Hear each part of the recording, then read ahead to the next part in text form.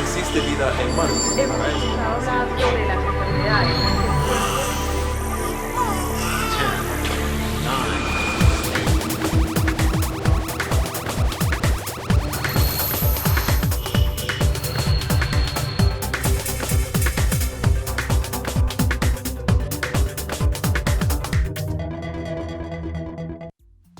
¿A qué te suena eso de las industrias creativas? Más te vale enterarte de qué te estamos hablando porque están más cerca de ti de lo que crees. Son las que te hacen dormir hasta tarde o no te dejan estudiar para el examen, porque te quitan el tiempo distrayéndote en serio. Aquí, en Generación H, vas a conocer más de la industria creativa, esa que se encarga de hacer animación. Te vamos a mostrar sus orígenes en México, la importancia de los videojuegos, el anime, el manga y la lucha libre. ¿Estás listo? Aquí empieza Generación H. Muy feliz viernes, me da mucho gusto saludarlos. Soy Emilio Saldaña, el Pisu, y estamos iniciando una edición más de Generación H, transmitiendo desde los estudios de Heraldo TV, por supuesto. Tenemos mucho que compartirles, como ya escucharon en la introducción, pero antes les recuerdo, porque seguimos de manteles largos y con la emoción de que estamos transmitiendo la señal de Heraldo TV a través de Sky, y lo hacemos a través del canal 161, lo hacemos también a través de Easy en el 151, y lo hacemos en radio. Ahora, no el mismo contenido, así que antes de cambiarle al FM, no me cambien, aguanten tantito. Y en este caso, Heraldo transmite sus contenidos en el 98.5 del FM aquí en la Ciudad de México, en Tampico lo hace en el 92.5 del FM y en Guadalajara lo hacemos en el 102.3. ¿Sí estoy en lo correcto, señor? Va creciendo la lista y va mejorando mi memoria, entonces no saben qué emoción me da eso. Y finalmente, por supuesto, están nuestras redes sociales. Y en estas redes sociales lo que queremos es conversar, platicar con ustedes y conocer cuáles son los temas que les interesan, a quiénes debemos invitar y qué debemos preguntarles. Y el caso del día de hoy, la combinación de la creatividad, del talento, las nuevas tecnologías, las propuestas que de alguna u otra manera ayudan a darle forma en la manera en la que se comunican y entrega el contenido de muchos proyectos, tienen que ver hoy justamente con una de las industrias, además, más relevantes en nuestro país. Y por ello, además, es todo un tema, porque mucho de lo que hoy te vamos a platicar alrededor de videojuegos, de animación, incluso de lucha libre, tienen que ver con las industrias creativas aquí en nuestro país. Y déjenme, por supuesto, comenzar con mi hashtag favorito, superen eso, novatos, porque tengo unos invitados e invitadas el día de hoy que ya van a ver, y déjenme darles la bienvenida. Muchas gracias por acompañarnos. Gracias. Si me hacen favor, les molestaría con su nombre y a qué se dedican actualmente. ¿Cómo no? Yo soy José Ángel Garfias Frías, soy profesor de la Facultad de Ciencias Políticas y Sociales de la UNAM y ahí coordino un centro de investigación que se llama La Finisterra, dedicado a las industrias creativas. Bienvenido, José Ángel. Muchas gracias por acompañarnos. Adelante. Hola, ¿qué tal? Mi nombre es Eva Estefanía Tapia Celis, soy becaria de La Finisterra y egresada de la licenciatura de Comunicación. Estoy realizando ahorita una tesis de la narrativa transmedia y la cultura participativa en los fans de Rick y Morty, y pues en eso estamos. ¡Wow! Nos tienes que platicar ahorita al respecto, por favor. Bienvenida. Gracias.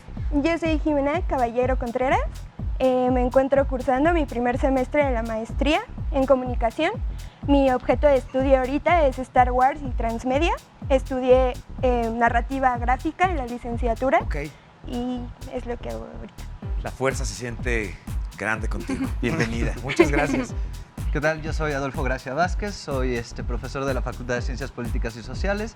Estoy también haciendo mi doctorado, trabajo con deportes electrónicos y videojuegos masivos multijugador en línea en La Finisterra con el doctor Garfias. Hijo, además, bueno, los cuatro traen unos temas asasasazos. Creo que si está usted de acuerdo, señor productor, me voy a atrever a, de una vez, comprometer a nuestros invitados e invitadas a que regresen, señor. Cuando gusto. Porque me queda claro que con cada uno podríamos hacer un programa vertical en estos temas. Y justamente por eso la importancia, en todo caso, de este primer acercamiento. ¿Cómo podríamos definir o qué entendemos hoy cuando hablamos de industrias creativas? Me suena de entrada como a muy reciente y me suena como a súper digital casi siempre. ¿Qué es en realidad? De hecho, el término industrias creativas tiene su origen, antes las llamábamos industrias culturales. De hecho, todavía se llaman así, pero bueno, en la cuestión de definiciones técnicas, teóricas, actualmente se conocen como industrias creativas y bueno, pues como el nombre indica, son industrias cuyo principal valor es la creatividad, que a veces está en lo intangible y por eso el tema de derechos de autor y propiedad intelectual es muy importante. Claro. Pero bueno, si lo aterrizamos en ejemplo, las industrias creativas van desde toda la producción mediática que tenemos de contenidos, que como hoy dices, con todas las cuestiones digitales, tecnológicas, es otra forma de cómo comercializar estos contenidos. Sí. Y bueno, puede llevarnos hasta inclusive cuestiones de arte, de cultura, patrimonio cultural. Es un término muy amplio que, bueno, tiene su respaldo con la UNESCO. Ajá, correcto. Que, bueno, pues eso ya iremos viendo, ¿no? Pero es un área muy amplia que abarca mucho, ¿no? De todo esto que dijimos, ¿no? ¿Cuáles son algunas de estas disciplinas? Porque hay una de ellas en particular, es que no me puedo aguantar las ganas del chisme. La lucha libre. Bueno, ese es uno de mis temas favoritos. Yo no habría pensado, y seguramente muchas de las personas que nos están acompañando en este momento, no habríamos pensado, ni pongan cara de que sí, que la lucha libre estuviera considerada dentro de las industrias creativas. Deporte, espectáculo y además recientemente patrimonio cultural de la Ciudad de México. Donde se hace un reconocimiento en ese sentido para tratar de promover e impulsar este tipo de lucha libre muy ligada a nuestra Ciudad de México con la empresa que trabaja aquí, que es la del Consejo Mundial de Lucha Libre. Sí. Y bueno, que se extiende a un montón de empresas que en todo el país tienen luchadores, ¿no? Digo, es cuestión de identidad para nosotros. Totalmente, pero que más ha derivado en otro tipo de productos relevantes como cómics y series y cosas por el estilo. Porque sí que vaya que ha sido prolífico en la generación de contenidos alrededor de la lucha libre, sus personajes. Algo que me gustaría ir definiendo junto con ustedes para la audiencia es, y que comenzaste tú comentándolo, la importancia de entendernos, y me parece que las plataformas digitales hoy nos han ayudado un poco, a entendernos todos como autores, porque al final del día todos somos autores. Sin embargo, la distancia que hay entre, uno, la conciencia de que todos somos autores, y dos, que todo lo que nos encontremos en el universo digital, por estar ahí, no es gratuito, puede ser libre su acceso, pero no gratuito. ¿Cómo lo entienden hoy y cómo impacta esto a las industrias creativas en estos momentos? ¿Podría yo? Sí. Por favor. Nosotros en comunicación manejamos mucho un concepto y lo tenemos que tener bien visualizado respecto de la Big Data. Cómo nosotros, por medio de redes sociales, estamos entregando nuestra información y con eso se maneja mucho lucro empresarial, comercial, etcétera, ¿no? Correcto. Entonces nosotros a lo mejor solamente ponemos un tweet o ponemos un meme y ya estamos diciendo mucho de nuestras preferencias dentro del contenido. Así como las empresas están utilizando estos datos, nosotros también, yo estoy haciendo como mi investigación más respecto a los fans. De pronto la industria está dando contenidos y tú como persona que los está consumiendo ya puedes generar. Entonces se crea otro concepto que es el fandom. Tú puedes crear tus propios cómics, tú puedes crear tus propias narrativas audiovisuales. Mis versiones alternativas o finales alternativos. Entonces al final es un nuevo proceso de comunicación en donde la industria te da, pero tú también le estás dando, ¿no? Entonces es un manejo de información de dos vías. Pero entonces lo que estamos diciendo es el derecho de autor. Con esto que estás comentando, ¿está evolucionando? ¿Es estático siempre o siempre está cambiando? Depende mucho de por dónde lo veas, ¿no? La industria de la música sigue siendo muy celosa con sus derechos de autor, ¿no? Correcto, por ejemplo, no se te ocurra ser productor de contenido en YouTube y subir un cachito de una canción sin permiso porque te bajan el video o te quitan la monetización, ¿no? Que es la forma en la que generan dinero los youtubers, ¿no? Pero si volteas a ver, por ejemplo, la industria de los videojuegos y todas las retransmisiones que se hacen en Twitch, por ejemplo, ¿no?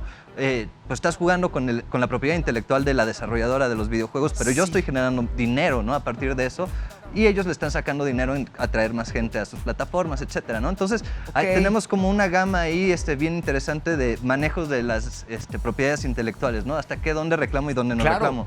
Es interesante cómo lo estás mencionando y enseguida te doy la palabra, porque hablas un poquito de llegar a esta situación de la reciprocidad en ambos lados, ¿no? El hecho de justamente decir, está bien, vas a usar mi propiedad intelectual, pero a cambio sobre ella tú vas a generar más propiedad intelectual, que incluso es probablemente la razón por la que están llegando los usuarios a consumir y a generar más. Hay un círculo virtuoso ahí en sentido interesante, ¿no? Y de hecho también va de la mano con el término prosumidor, que ya no tan solo somos productores, también consumidores, y también pues generamos diferentes contenidos, ¿no? Que es lo que estamos hablando ahorita. En el caso también de los fandoms, pues también está la parte del fandom que es bonito, que consume, que produce cosas como fanfics, imágenes, todo padre. Y por el otro lado también vemos el fandom que ahora se le conoce como tóxico, que pues también se adueña de un poco de la narrativa de la historia, que se adueña también de que dicen, ok, yo soy parte también de la serie, yo también produzco o soy parte de tan cosa, o sea, de tan narrativa, que en algún momento pues llega a decir o a denigrar a los propios productores, a los dibujantes. O sea, hay como esta parte tanto buena y mala. Claro, algo que me parece súper interesante de lo que nos estás explicando es que además esto implica que ya la discusión en particular sobre el derecho de autor o la autoría de una obra en particular no es tan relevante como la discusión que se da encima de eso, el hecho del uso y reuso de estos materiales para generar distintos tipos de conversaciones, en donde lo relevante es el contenido de esa conversación, no el reuso de la cosa. Y esto ha dado pie, bueno, es que sí, el acompañamiento de las tecnologías de la información ha venido a ponerle un poquito más el foco a muchas de las industrias creativas que de otra forma eran un poco más locales y un poco más incluso hasta medio underground. Y uno de estos casos es el caso de la animación, en que ya hoy tenemos en México varias casas de animación pues, que son competitivas a nivel mundial. Y de hecho los invito, si les parece bien, a que veamos esto que nos preparó la redacción para conocer mejor los orígenes de la animación en México, y regresamos a echar chala aquí, pero de volada. Vamos a dar un recorrido en la historia para conocer quiénes fueron los pioneros en la animación en nuestro país. La primera noticia que se tiene del cortometraje de 8 minutos de duración llamado Mi Sueño apareció en 1916. La obra está basada en el escrito homónimo del general Salvador Alvarado sobre sus sueños de progreso en Yucatán. Tan solo unos años después, en 1919, el historietista Juan Aterman creó una secuela animada como parte de su cinta El rompecabezas de Juanillo. Sin embargo, los primeros estudios de animación comenzaron en la década de los 30, con Producciones Ava, que tuvo una corta duración de vida por la falta de presupuesto, pero sus primeras cintas fueron Los 5 cabritos, La vida de las abejas, El jarabe tapatío, El tesoro de Moctezuma y Una noche de posada. Durante los años 40 surgió la compañía Don Quijote, y con talento importado de los Estados Unidos, Santiago Ricci fundó Caricolor. Esta segunda fue una empresa cuya dirección de animación y fotografía tomó Manuel Mario Moreno. Su primera cinta fue Me voy de cacería, estrenada en 1943, que representó un momento muy importante para la animación mexicana, ya que al fin se estaban haciendo cosas interesantes. Pensada en la industria del cine, lo que permitió que se tomara mucho más en serio su producción. Lamentablemente, sus colaboradores extranjeros fueron llamados a integrarse nuevamente a las filas de su país para combatir en la Segunda Guerra Mundial, lo que pausó la oportunidad para la animación en México. Y comentábamos, y por eso justamente superen eso, novatos, porque la oportunidad de platicar con los invitados e invitadas que tenemos el día de hoy nos da justamente mucho mejor entendimiento y cercanía de cómo el reto que tienen hoy las industrias creativas en nuestro país es amplio en muchos sentidos. El del reto de la propiedad intelectual, que vemos que es todo un tema, pero además, déjenme echar tantitita reversa en este sentido.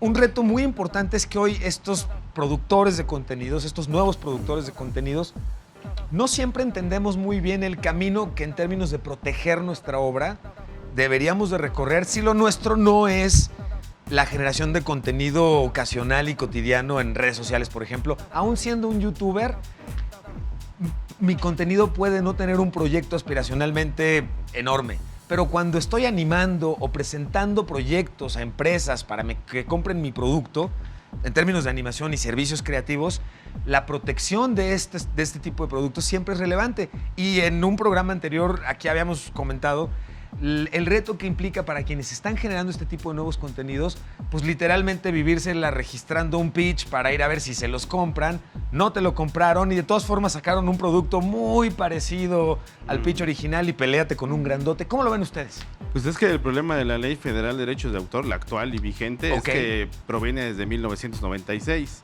Entonces se crea en un contexto en que 96 y apenas Internet, nuevas tecnologías apenas estaban. Obviamente se han hecho modificaciones a esta ley pero no hay como una ley que te especifique muy bien cómo registrar, por ejemplo, un videojuego, una animación. Sí, claro. Callen Normalmente la cosas. pregunta es, ¿lo registro qué? ¿Como obra, como plataforma y sistema, como código, pues? Y la propia ley dice, regístrelo en la que más se parezca, ¿no? Y da un catálogo de 8 o 10 categorías, ¿no? Que puede ser literaria, artística, fotografía, etcétera. Y hay muchos vacíos en respecto a la ley, ¿no? Que no ha avanzado acorde a las nuevas tecnologías. Y eso aunado a la propia economía política que vivimos en nuestro país, pues no ha permitido desarrollar una industria fuerte, digamos, de la animación, como estábamos viendo, ¿no? Comparada nuestra ley de derecho de autor, para efecto de hablar de toda esta cuestión de industrias creativas, comparada con el resto del mundo, ¿nuestra ley es competitiva, no lo es? ¿O es muy fuerte en algún tema y débil en otro? Yo creo que es un problema global, ¿eh? No nada más es de nuestra ley. Como Internet llegó tan rápido, llegó tan de golpe, se posicionó muy, muy fuerte en esto, los propios gobiernos han tenido problemas respecto a cómo legislar cuestiones en la red, ¿no? Sí, correcto. Entonces ha dejado esto mucho al tema de la autorregulación o convenios, ¿no? Como decía Adolfo, en los streamers. Es obvio que están ocupando propiedad intelectual de empresas, de videojuegos y demás, pero se convive con eso porque sirve como promoción, entonces se hace ojo. Y es una industria multimillonaria. Y es multimillonaria. Que a eso iba, porque justamente te iba a decir, a ver, y ahora para retorcimiento como limón en la heridita para las papás y mamás que nos están viendo en este momento, y hasta hace 5 minutos estaban por sapear a su hijo para que suelte el videojuego, comentar 2 cosas. 1, las oportunidades en términos laborales para la producción, la generación de videojuegos. Y por otro lado, no podemos evitar tocar el tema de Fortnite y de la relevancia que hoy tienen en general los esports como tal. Platíquenme un poquito al respecto, por favor. Sí, o sea, es un fenómeno que está muy ligado, o sea, no es un fenómeno nuevo, ¿no? Llevan casi desde que nacieron los videojuegos ha habido competencias de videojuegos. Lo que pasa es que ahorita con las tecnologías de streaming en vivo, ¿no? Los torneos se pueden transmitir y los usuarios pueden transmitir sus propias partidas, ¿no? Y esto ha generado un boom, ¿no? Y una industria multimillonaria alrededor, no solo de los esports, sino también de la gente que transmite sus partidas de manera casual o que de manera competitiva. Como Ninja. Como Ninja o Shroud, ¿no? Y las empresas, por ejemplo, Fortnite, los torneos de Fortnite, los de League of Legends, que generan muchísimo dinero. Y ha abierto campos que a lo mejor a nosotros, que ya estamos un poquito más grandes, ¿no? Ya no nos tocó, pero ahorita un chavo sí puede pensar específicamente, decir, bueno, yo quiero ser deportista profesional de esports, o quiero ser un streamer profesional y tener una buena oportunidad de ganar quizás mucho más dinero que cualquier profesionista, ¿no? Sí. Claro, entonces, aquí lo curioso es que esto que acabas de decir, papá, me quiero dedicar profesionalmente a los videojuegos, pues hace pocos años habría provocado, si acaso, una gran carcajada y después probablemente una consola volando a lo largo de una ventana, a través de una ventana. Los invito a que veamos, quisiera platicar ahorita con ustedes la importancia que tienen, por ejemplo, dentro de las industrias creativas, los moneros en México y la tradición que en este sentido han venido acompañando y actualizando. Y los invito a que veamos antes la segunda parte de este reportaje, los orígenes de la animación en México, y regresamos y platicamos un poquito también de esta parte de los moneros y todo lo que tienen que ver alrededor. Vamos y venimos. Siguiendo con el recorrido por los orígenes de la animación mexicana, nos situamos a mitad del siglo XX, cuando la animación no dejó de avanzar con producciones de las empresas y dibujos animados de México, momento en el que muchos mexicanos se sumaron a proyectos estadounidenses. Los 60 dieron pie a la animación con la acción real, pero poco a poco, la animación mexicana comenzó a concentrarse en el mercado publicitario y se crearon proyectos como Caleidoscopio, de Jesús Martínez y Harvey Seiger. Por aquella época, Adolfo Garnica ganó el primer Festival Internacional de Guadalajara de Cine de cortometraje con su filme Viva la Muerte en 1965. En 1972, quizá lo más recordado es el corto basado en la historia de los supermachos de Rius. La adaptación de personajes de historieta popular siguió el intento con un corto sobre Memín Pingüín, pero una vez más, México salió de la pantalla en 1972 al no poder competir con las grandes series provenientes de Estados Unidos. A pesar de ello, se produjeron series como Los 10 Derechos del Niño para la UNICEF, Los Tres Reyes Magos y La Oruga Pepina, mejor conocida como Katy la Oruga. La década de los 70 presentó una oportunidad interesante para México con la empresa Kinema, que logró un contrato con Hanna-Barbera, la compañía estadounidense más grande de producción de series animadas para la televisión, productora de Oso Yogi, Los Picapiedras, Scooby-Doo o Tom y Jerry. Así fue como Kinema comenzó a realizar proyectos de animación para Hanna-Barbera, y durante el tiempo que duró la realización laboral, en México se produjeron series animadas como Los Superamigos, Yoshi y las Melódicas, Scooby-Doo y una versión de Los Picapiedras. Sin embargo, en México el panorama se complicó en las décadas siguientes, ya que no se tenían las herramientas para desarrollarse debido a que no existía ninguna escuela de animación. Los estudiantes interesados debían viajar al extranjero para tener una mejor formación y experiencia, cuestión que aún muchos continúan haciendo.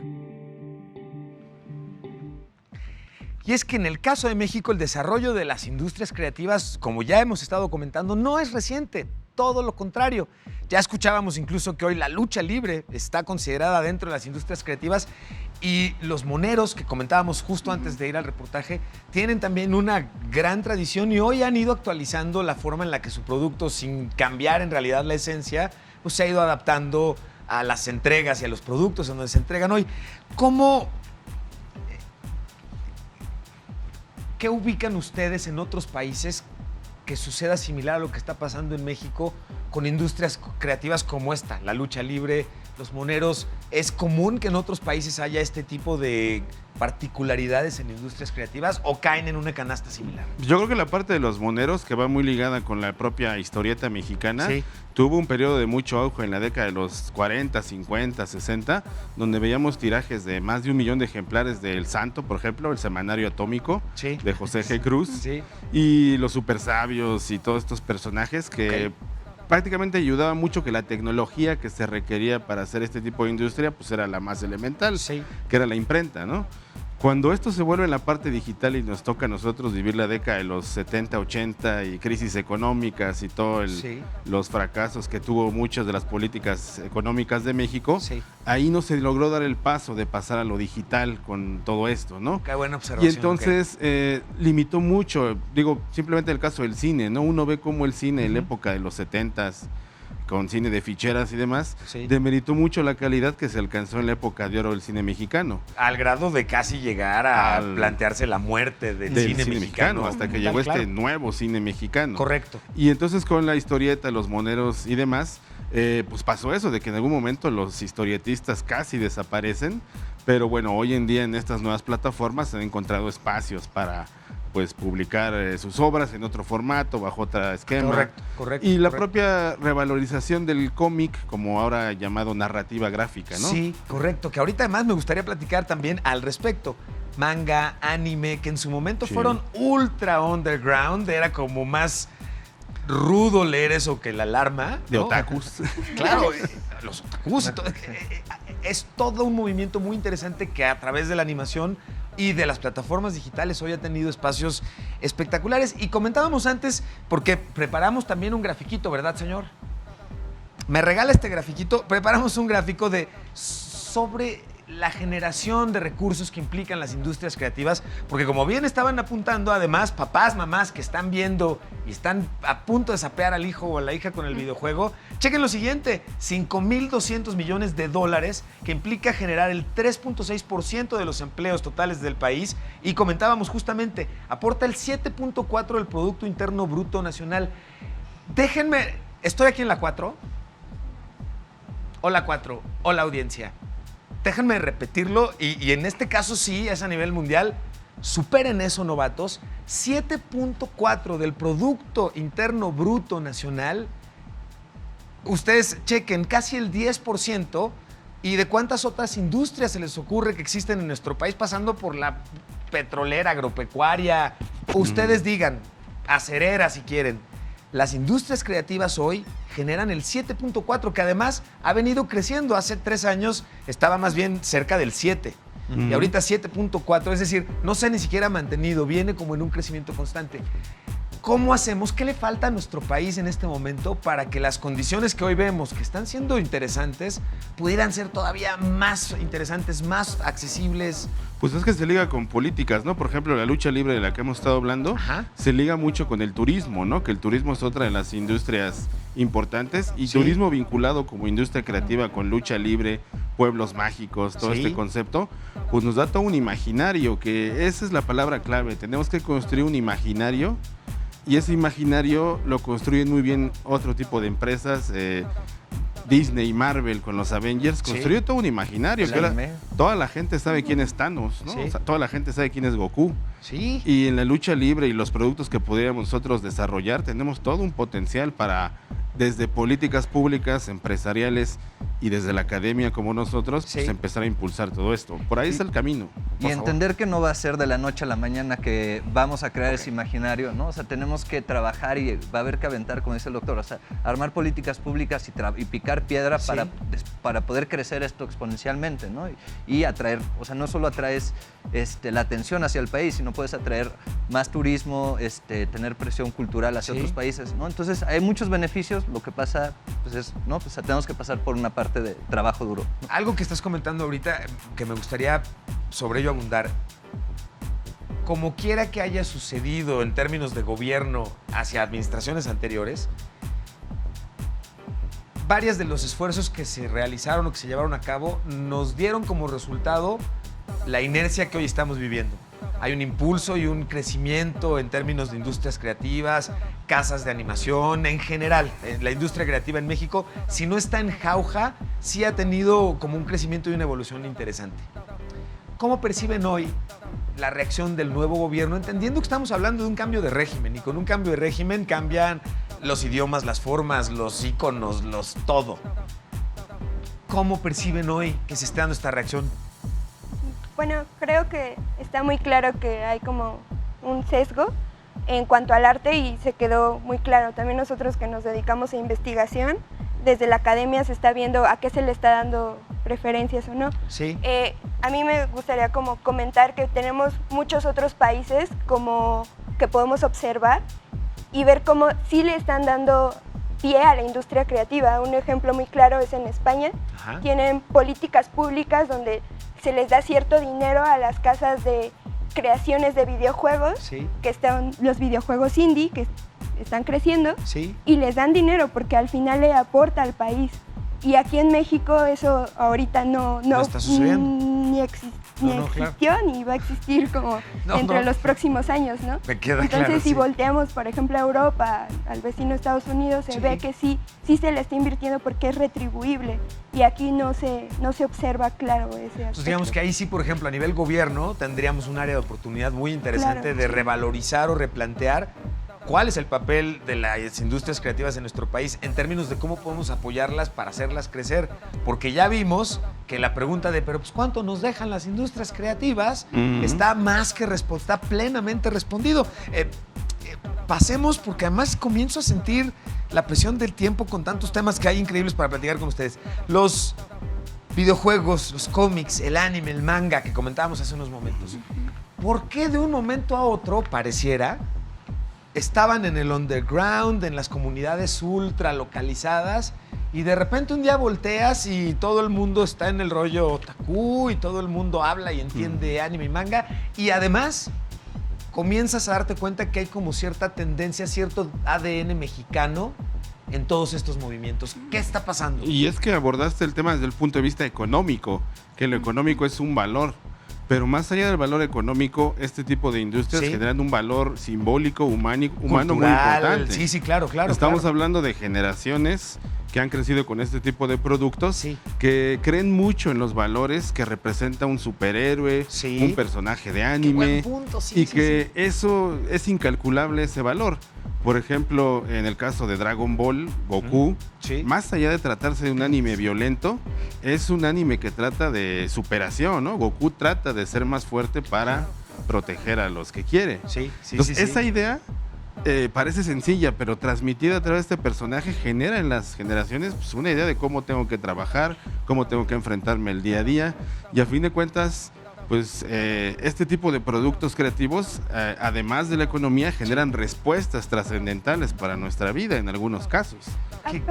Por favor. Perdón. Jime, por favor. Creo que sí hay un antes y un después de la llegada de la era de la información. Ok. Porque antes no era tan fácil poner en común cómics o Sí. anime, manga menos, Sí, ¿no? sí. Entonces, con la llegada de la era de la información ya podemos consumir cosas de otros países y manejamos nosotros un concepto mucho en nuestra área que es transculturalidad. Transculturalidad. Cómo Ok. ahora nosotros a través de la cultura apropiamos ciertas cosas de otras industrias creativas y de repente tenemos memes sobre Sailor Moon, Sí, tenemos memes sobre anime, sobre manga y los entendemos y los apropiamos y podemos poner una Sailor Scout comiendo taquitos y Sí. lo vamos a entender. Sí. Entonces, My justamente Little eso. Pony saliendo del Estadio Azteca. Sí. Déjenme, por favor. No, y algo que es muy importante es que la gente crea comunidades alrededor de esto, ¿no? O sea, preguntabas por qué antes era así súper underground y así, pues porque la gente se empezó a dar cuenta, me gusta el anime, hay otros que les gusta el anime,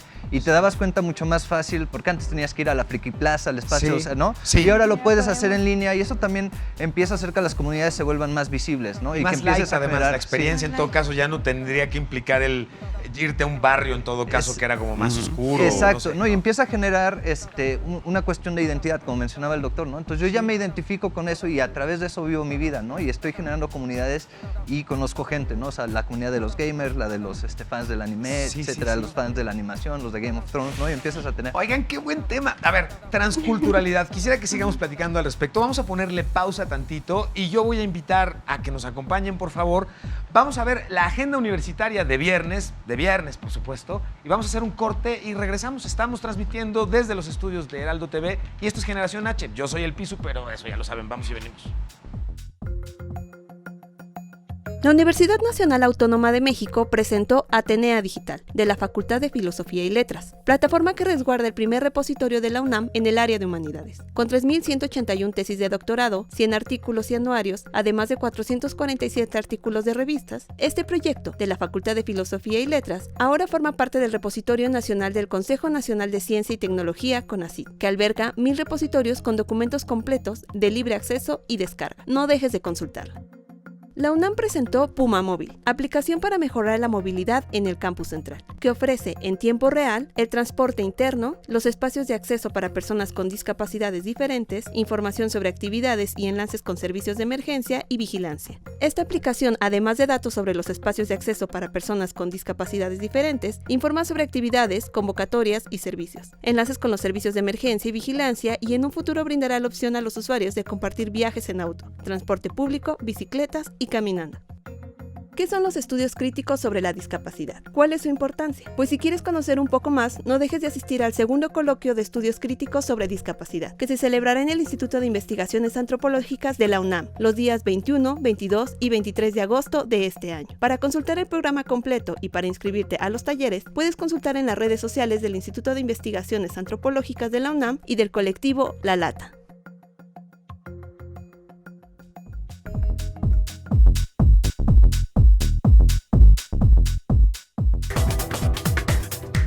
Regresamos. Continuamos. Oigan, les recuerdo las redes sociales que tenemos de Heraldo TV, por supuesto, dispuestas para que platiquemos, conversemos y nos hagan el favor de platicarnos cuáles son los temas que les interesan, a quiénes quieren que invitemos, qué les debemos preguntar y, por supuesto, sí, estamos atendiendo y leyendo lo que nos han estado comentando ahorita en redes y varias de las preguntas que ustedes tienen las hemos venido compartiendo. Hay mucha inquietud incluso por la forma en la que debo estudiar o cuáles son aquellas carreras que podría yo estudiar si lo que me interesa son las industrias creativas.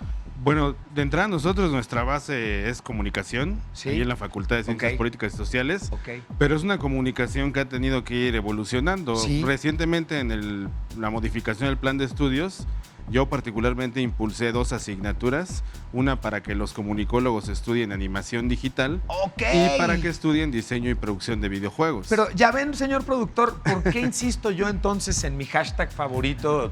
Superen eso, novatos, porque están aquí con nosotros platicando. Perdón, señor. pero me dio mucha No. emoción. Y es que es importante porque comunicación la veíamos con nada más radio y televisión, ¿no? Claro, claro. Periodismo, ¿no? Sí.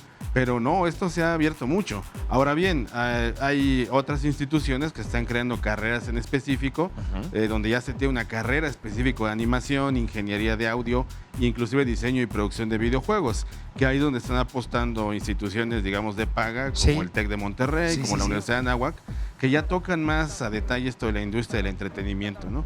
Pero obviamente, bueno, nosotros como parte UNAM también tenemos que impulsarla, ¿no? Y de hecho colaboramos, porque yo inclusive pues, hago investigación con colegas del TEC de Monterrey, de la Anáhuac, y es un paradigma que tenemos que enfrentarnos, ¿no? Generaciones que le digan a su papá, yo estoy estudiando videojuegos y estoy orgulloso de eso y estoy ganándome la vida. Y que el papá le diga, y todos tenemos nuestras esperanzas puestas en ti. Te distraigo, ¿no? ¿Qué quieres cenar? Algo importante que quiero preguntar, y que la pregunta a estas alturas del programa, si nos han estado acompañando, esperaría que les pase un poquito como a mí. La pregunta casi sonaría como medio a, ¿neta vas a preguntar eso a estas alturas del programa? Pero creo que viene mucho el caso. ¿Por qué es importante estudiar las industrias creativas en este momento en nuestro país? Híjole, esta ha sido la pregunta de nuestro grupo de investigación, ¿no? Superen eso, novatos, me van a disculpar, por favor. No, y esta fue la pregunta clave, porque ¿cómo le pides presupuesto a la UNAM para investigar este tipo de productos cuando demuestras todo este impacto económico, social, político que tiene? Y entonces ya te dan visto bueno para que, por ejemplo, ellos han sido becarios de este proyecto de investigación que yo coordino y a la vez han generado sus investigaciones en maestría, en doctorado, y con ellos producimos literatura, ¿no? De hecho, ya tenemos alrededor de 4 o 5 libros producidos bajo este tema. Está espectacular eso. Y es de ensueño, porque es un libro que la UNAM produce, ¿no? Por ejemplo, hicimos uno que se llama Aportes para la construcción de teorías del videojuego, en 2 volúmenes, que generamos teorías sobre el videojuego desde cómo lo vemos en México.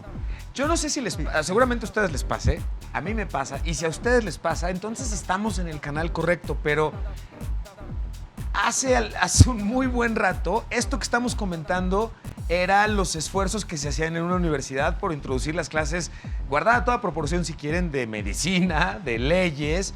El que hoy estemos escuchando cómo se están creando estas nuevas carreras con base en estas visiones, a mí sí, miren. No, a todos. Me da mucha emoción, de verdad, porque estamos viviendo un momento bien interesante de un paso siguiente al futuro de la revolución digital que hemos estado viviendo y transpirando, pero el que ya empecemos a reconstruir los planes educativos con miras a decir, oigan, si no nos ponemos las pilas, solo vamos a ser usuarios, cosa que no queremos. Me parece espectacular. Señor, por favor. Sí, no te iba a decir que algo bien importante de la labor que empezó el doctor y con la que contribuimos todos con él es que estamos trabajando en investigaciones que son vanguardia, ¿no? O sea, estamos trabajando con cosas nuevas, fenómenos nuevos, y es bien importante saber que la gente está ahí, ¿no? O sea, aunque digamos, es que solo son cosas de niños, no es cierto. O sea, son industrias que generan muchísimo dinero, donde la gente convive, vive y genera su identidad, ¿no? Entonces, por eso tenemos que investigarlos, ¿no? Y pues, intentar mantener a la UNAM y a México en la vanguardia, ¿no? De estos temas. Totalmente. Hoy nos queda claro, por ejemplo, que aquellas personas que hasta hace poco todavía dicen orgullosas, no, yo no tengo cuenta de Facebook, ¿no? Es simpático porque lo que te están confirmando es que están siendo parte de un aislamiento social enorme. Y no es una cuestión incluso de moda, sino de cómo hemos ido modificando y adaptando nuestra forma de socializar e interconectarnos. Y la parte económica, pues es increíblemente relevante. Preparamos, de hecho, un reportaje al respecto que les quiero presentar, que justamente nos ayuda a entender qué diablos con la economía creativa. Vamos a ver lo siguiente y regresamos. ¿Sabes qué son las industrias creativas? Las industrias creativas son entendidas como bienes y servicios que vinculan dimensiones abstractas, como la cultura y el arte, con otras tan concretas como la industria, la economía o el mercado. Las industrias creativas no son cualquier cosa, producen significativas ganancias a las que se les denomina economía creativa. Esta idea, acuñada por Joe Hawkins, consiste en generar renta y empleo en 8 áreas específicas: arquitectura, diseño, artes, moda, cine, audiovisual, literatura y artes escénicas. Su objetivo es generar valor económico, basándose en los capitales intelectuales y culturales y sobre todo en la creatividad. La economía creativa y sus industrias culturales y creativas son sectores vinculados al ocio, pero no entendido de manera tradicional en oposición al trabajo. Hoy en día ya no es así. Desde la idea de la industria creativa, la existencia de ocio se capitaliza y convierte en productos culturales como los videojuegos, la animación, las películas, entre otros. Pues yo espero que ustedes estén disfrutando tanto el programa como lo está disfrutando su servidor y por supuesto espero nuestros invitados e invitadas. Hay un par de conceptos que hemos platicado, que se han mencionado a lo largo del programa. Transculturalidad, que me fascinaría que platiquemos un poquito más al respecto, y transmedia, porque hoy la vida parece que es un mashup. Entonces, me resulta muy interesante qué entendemos por transculturalidad. Ok, bueno, primero nosotros hemos trabajado con ese concepto porque utilizamos industrias creativas que vienen a través de un contexto cultural específico. Okay. Al momento de consumirse, tú ya estás apropiando ese elemento y le estás otorgando tus características para socializarlo con los demás y contigo mismo. Sí, correcto. Entonces de ahí viene la transculturalidad. A través de esto, igual viene vinculado con el transmedia, que es otro concepto que utilizamos mucho y que justamente todo esto nos dio pie a hacer un proyecto de investigación en el cual tenemos un libro que está justo en prensa ahorita, se llama ¿sí? Industrias Creativas y Procesos de Transmediación. Ok. En ese tuvimos la oportunidad de juntar a varios investigadores que trabajan cada uno una industria creativa. Tenemos a Adolfo en videojuegos y Masivos multijugador. Ajá, MMORPGs. MMORPG. Ok, ajá, sí. Tenemos a otros investigadores que trabajan meme, otros investigadores que trabajan el juego, el videojuego, etcétera, el cómic. Sí. Entonces, todo eso estamos viendo porque queremos entender al fenómeno en sí, qué es el transmedia, cómo una historia está atravesando los medios de comunicación para contar, ¿no? Y cómo también los fans están ahí y la cultura. Que al final, o no al final, uno de los componentes entonces muy importantes que hoy hemos visto que se ha vuelto cada vez más relevante es cómo cuento la historia. El famoso storytelling hoy lo vemos ya plasmado entonces en todo este tipo de productos o de subproductos que el objetivo que tienen es contarme de la mejor forma una historia con las herramientas disponibles en dicha plataforma en particular o una cosa por el estilo. Sí, pero no es solo contar la historia, es crear un universo alrededor y todo un imaginario alrededor. O sea, no solo te estoy vendiendo el pedacito de la historia de Avengers 1, Avengers 2, te estoy vendiendo la historia de todo el universo. Y puedes irlo una conociendo. cosmovisión completa con una mitología propia y ritos y todo propio. Ok, ¿en México hay algún esfuerzo de personajes que ustedes conozcan que esté empezando a hacer algo similar o que ya lo haga? Híjole, ha habido intentos, pero es que hace falta mucho apoyo tanto. El Chavo del 8 mismo estuvo muy cerca de convertirse en un universo completo, pues. Es nuestro gran universo transmedia, ¿no? El Chavo del 8, ¿no? Sí, pero pues creo que haría falta algo más profundo, ¿no? Sobre todo teniendo toda nuestra cultura, toda nuestra importancia que tenemos en nuestras culturas mexicanas, pues creo que tendríamos ahí mucho potencial. Totalmente. Pero oigan, lo explotan bien las industrias que ya lo hacen, ¿no? que ahí es donde hay que estar poniendo mucha atención. Y que ya el concepto es narrativas transmedia, correcto, ¿no? ok. Y habría que empezar también a crear a preparar nuevos creadores de narrativas transmedia. Sí. Todos los que van a producir contenidos tienen a su disposición herramientas de streaming, otras plataformas, para empezar a construir narrativas transmedia. Hemos escuchado mucho a estos últimos días, o en estos últimos tiempos, varios fenómenos que me parece que a lo mejor estén cerca de esto que están ustedes explicándonos. El cambio en hábitos en la forma en la que consumimos contenidos, por ejemplo, el agregarle el teléfono o nuestra tableta al consumo que hacemos de una serie de televisión o de una película. Adelante. Pues sí, de hecho viene de la mano como tal con el transmedia, con las nuevas narrativas digitales. Ajá. En este caso, con el transmedia, pues al momento de hacer una macrohistoria, ya no es tan solamente la historia de la película, ¿no? Lo vemos en Star Wars. Vemos las películas, vemos alguna de las películas y ya entendemos quién es la princesa Leia, quién es Chewbacca, quién es la princesa Padme. Pero si tú quieres saber un poco más de Star Wars, también vemos el cómic, vemos la aplicación, vemos también el videojuego. Los libros mismos. Entonces, tu universo se expande, creas otra visión de esa historia y pues ahí entra el consumismo, ¿no? En este caso de que mencionas también de la parte de mexicana, pues también lo vemos en Chespirito, en cómo lo han tratado de realizar en la animación, en cómo también se liga tanto la parte de El Chavo del 8, en los videojuegos, también en el merchandising. Entonces es algo que quizá no hemos visto que que se ha hecho durante mucho tiempo, ya tiene años, no es como algo actual. Claro, eso es bien importante que lo resaltes. Platíquenme un poquito, ¿qué hacen entonces? ¿Cuáles son las actividades particulares que lleva a cabo Finisterra? Bueno, en Finisterra, como parte de la Facultad de Ciencias Políticas y Sociales, pues como que nos atendemos a abordar estos temas, ¿no? Que por mucho tiempo eran, como bien decías, ¿no? En tono de burla, de rezago, ¿no? Sí. Pero no, al contrario, hemos demostrado con hechos que son temas que están presentes en todos los jóvenes que estudian ahí en la facultad, donde un chico llega y dice, quiero hacer una tesis de videojuegos, ¿no? Y entonces no hay quien lo asesore. Que eso me pasó a mí, yo era ese chico hace algunos años. Ajá, lejos de que escuches grillos. Y entonces ahora yo me enfrento a esto de que ayudo a estos chicos que llegan, oye, creo que podríamos encontrar un tema de investigación importante en videojuegos, en el anime, en todo esto, y bueno, los vamos orientando, ¿no? Y a partir de presupuesto que generamos por concurso dentro de la misma universidad, tenemos para apoyar becarios, publicaciones, y olvídate, creo que somos de los que en la facultad producimos más contenido, más material, y que siempre, bueno, pues estamos apoyando en esto para crear nuestro propio campo de estudios, que creemos que es fundamental tanto para nuestra universidad, pero sobre todo para el país, que eso es lo importante. Tenemos que apoyar las industrias creativas, pero desde nuestra trinchera, apoyarlo con teoría, con metodología, para desarrollar nuestros propios productos. Que además esto es simpático, por decirlo menos, pues, el hecho de que en efecto haya todo un sustento académico y metodológico en analizar por qué en efecto esto no es una cuestión de una modita de tu jueguito en el que estás perdiendo el tiempo. No puedo evitar hacerles una pregunta por el contexto de los tiempos en los que estamos viviendo. A consideración de ustedes, ¿los videojuegos tienen una incidencia en nuestras ánimos disparadores?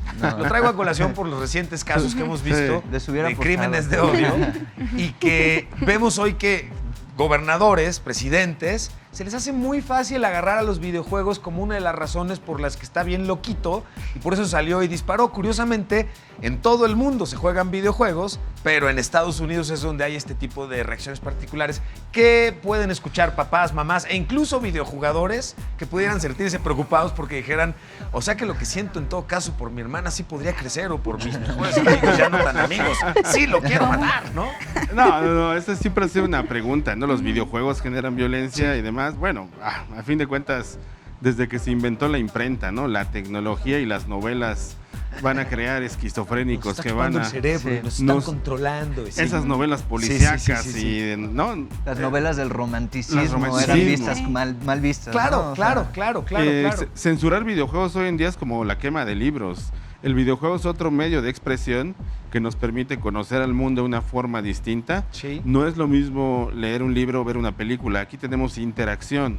Y bueno, yo creo que los que han jugado videojuegos, un Assassin's Creed, un Metal Gear, cierto tipo de videojuegos, ¿no? También hay FIFA, ¿no? Pero hay Grand Theft Auto. Hay Grand Theft Auto, eso.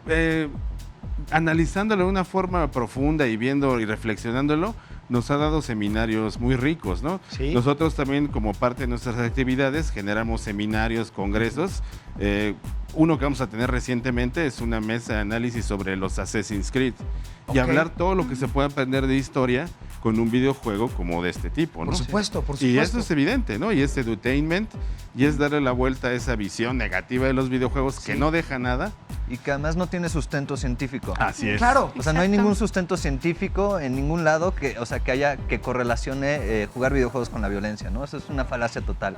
Que eso, no sabes cómo te agradezco y les agradezco que nos lo estén compartiendo exactamente así, porque necesitamos que papás y mamás lo escuchen y no creen juicios de valor equivocados, deteniendo probablemente a un posible superestrella del videojuego en pos de que no se nos haga más violento, por favor. Y de hecho, pues sí, ya lo hemos visto tanto en libros, también en géneros musicales, con el rock, con el metal, que como dicen, ¿no? Pues también es el culpable.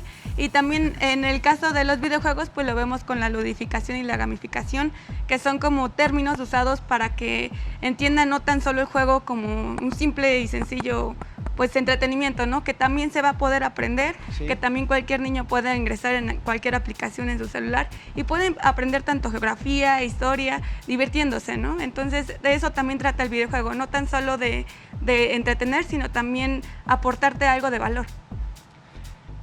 nos acercamos hacia la última tramo del programa y me queda claro que la invitación que hacía yo al principio para comprometerlos al aire y poder tenerlos nuevamente, la refrendo y tener la oportunidad de seguir platicando de estos temas nos resulta de muchísimo interés para nuestra audiencia por lo relevante del contexto que estamos viviendo el día de hoy. Me gustaría antes preguntarles un par de cosas. La primera es, ¿tienen ustedes presente o pueden ayudarnos a futurear en un mediano, corto plazo los nombres de carreras que nunca pensamos que fueran a existir? Por ejemplo, va a existir el creador de narrativas interactivas, diseñador de entornos virtuales tridimensionales. Los videojuegos se van a ligar sobre todo a 4 áreas, ¿no? Una donde ya está, que es el entretenimiento. Otra que va a crecer muchísimo es la educación. Una que ya está muy presente y es el deporte. Y también el videojuego como arte. Sí, correcto. Entonces, esas 4 vertientes de un objeto que hoy en día lo vemos como nada más de entretenimiento, nos va a permitir ingresar a otras actividades y, por ejemplo, el videojuego en el campo de la política nos va a permitir entender, digamos, un proceso de ciudadanía con participación ciudadana a partir de una aplicación videojuego para entender y participar mejor en los procesos que nos atañen a todos. O sea, otro programa pendiente para poder platicar por la relevancia que tiene esto. ¿Cuáles son las actividades próximas a llevarse a cabo? Si estoy interesado en contactarlos, en asesorarme con ustedes, en ¿dónde puedo contactarlos? Nuestras redes sociales, Gis. Sí, nuestras redes sociales son La Finisterra. Estamos así en Facebook, Instagram y Twitter. Tenemos también nuestro canal de YouTube donde subimos los contenidos de nuestras mesas de análisis. En redes sociales también siempre estamos lanzando las convocatorias para que sean parte de nuestros coloquios o para que puedan asistir. El próximo que viene es el siguiente martes, es nuestra primera mesa de análisis de Assassin's Creed. Va a ser en nuestra facultad, en la sala Lucio Mendieta, a la 1 de la tarde. Dentro de los eventos grandes del semestre. Siempre hacemos anualmente un coloquio de lucha libre, en este caso va a ser el 12 de septiembre. Oigan, platíquenme de ese coloquio. Pues ya es el 4º coloquio. O sea, ¿Qué han ido aprendiendo en los 3 anteriores? Ir viendo cómo la lucha libre se posiciona como un tema de investigación en la agenda académica, ¿no? Desde que partíamos a estas primeras consideraciones de lucha libre como patrimonio cultural, con investigadores de varias universidades que ya atacaban el tema de lucha libre con algún ensayo o algo parecido, pero que no encontraban el espacio para presentarlo. Y entonces ahí se dan discusiones, argumentaciones con especialistas que hablan de todo lo que nos puede dar la lucha libre, desde el público, la catarsis, la psicología, la máscara, identidad. En fin, ¿no? En este caso particular, este coloquio de lucha libre lo enfocamos a lucha libre y transmedia para hablar cómo la lucha libre se ha posicionado en diferentes medios, ¿no? Desde el cine de luchadores, cómic, demás, y hacer una reflexión sobre eso. En octubre tenemos nuestro coloquio de videojuegos, el quinto ya. Y bueno, ya tenemos con esta Finisterra 4 años trabajando en este centro de investigación. En noviembre. El coloquio de streaming en noviembre. Un coloquio de streaming, donde vamos a hablar de las plataformas de streaming over the top, ¿no? O sea, las plataformas como Netflix, Hulu, Amazon Prime y el streaming en vivo también. También vamos a tener nuestro coloquio de posgrado, friki, todos los temas que tenemos en el posgrado por parte de la Finisterra y de los demás compañeros que tocan temas de la cultura friki, lo vamos a presentar. En octubre. En octubre también. Oigan, además de mi hashtag favorito de Superen eso novatos, sí tendría que agregar el soy fans a los hashtags que utilizaría para conversar con ustedes. ¿Dónde podemos encontrarlos a ustedes en redes sociales en particular? Por la misma Finisterra, todos es más fácil que nos encuentren ahí, pero bueno, si gustan escribirme, estoy como Ángel Garfias en Twitter, ¿no? Perfecto, Ángel, muchas gracias. Pues está la Finisterra MX y también la Finisterra como tal, como nuestra página web, lafinisterra.com. Que ahí puedo encontrar las fechas y calendarios de eventos, convocatorias, todo esto que hemos estado considerando, ahí lo puedo encontrar. Más fácil. Ahí también está la invitación a que los compañeros de la facultad o de otras universidades que quieran asesorías dentro de sus temas de investigación. Qué buen tema estás tocando. Esto no es exclusivamente UNAM, aunque lo organiza y lleve a cabo UNAM. No, todos podemos apoyarnos a todos porque a veces vienen personas de otras universidades que no tienen ese apoyo docente, nosotros los podemos apoyar en sus temas. Estamos en el cubículo 9 del edificio H de la facultad. Edificio E de la Facultad de Ciencias Políticas y Sociales. Estamos ahí todo el día, los miembros del equipo nos pueden encontrar a cualquiera y los podemos asesorar. Qué maravilla. Muchas felicidades y gracias por acompañarnos, señor. Sí, bueno, Redes. por esas redes sociales a mí me pueden encontrar en Twitter como AdolfusGB con PH y U, PHU. Perfecto. Igual en la Finisterra estamos a las órdenes de quien quiera acercarse y quien tenga preguntas, para eso estamos. Perfecto, pues de verdad, muchas gracias. Yo, además de agradecerles el que nos hayan acompañado, y qué buen tema, caray. Me voy a permitir pararme para estar con ustedes, no se levanten. Me voy a tomar una selfie que ya hemos hecho como parte del ritual, como del programa. Ahí estamos listos. Hijo, iba a ser video y me pasan el mal seguido. Ahí estamos. 1, 2. Listo. Y con esta selfie yo me despido, le agradezco a mis invitados e invitadas y les agradezco a ustedes que nos hayan acompañado. Nos vemos como todos los lunes, martes, miércoles, jueves y viernes a las 6 de la tarde por Heraldo TV. Yo soy Emilio Saldaña, El Pisu. Quédense porque ya viene Trend y ya van a ver lo que les tienen preparado para el día de hoy. Y nos vemos, porque aquí nos vemos. Muchas gracias por la oportunidad de compartir con ustedes. Que tengan buen fin de semana, además. Llegamos al viernes. No pensamos que llegáramos, entonces, muchas gracias. De verdad, nos vemos con mucho gusto en el próximo programa. Hello. Muchas gracias, de verdad, muchas gracias.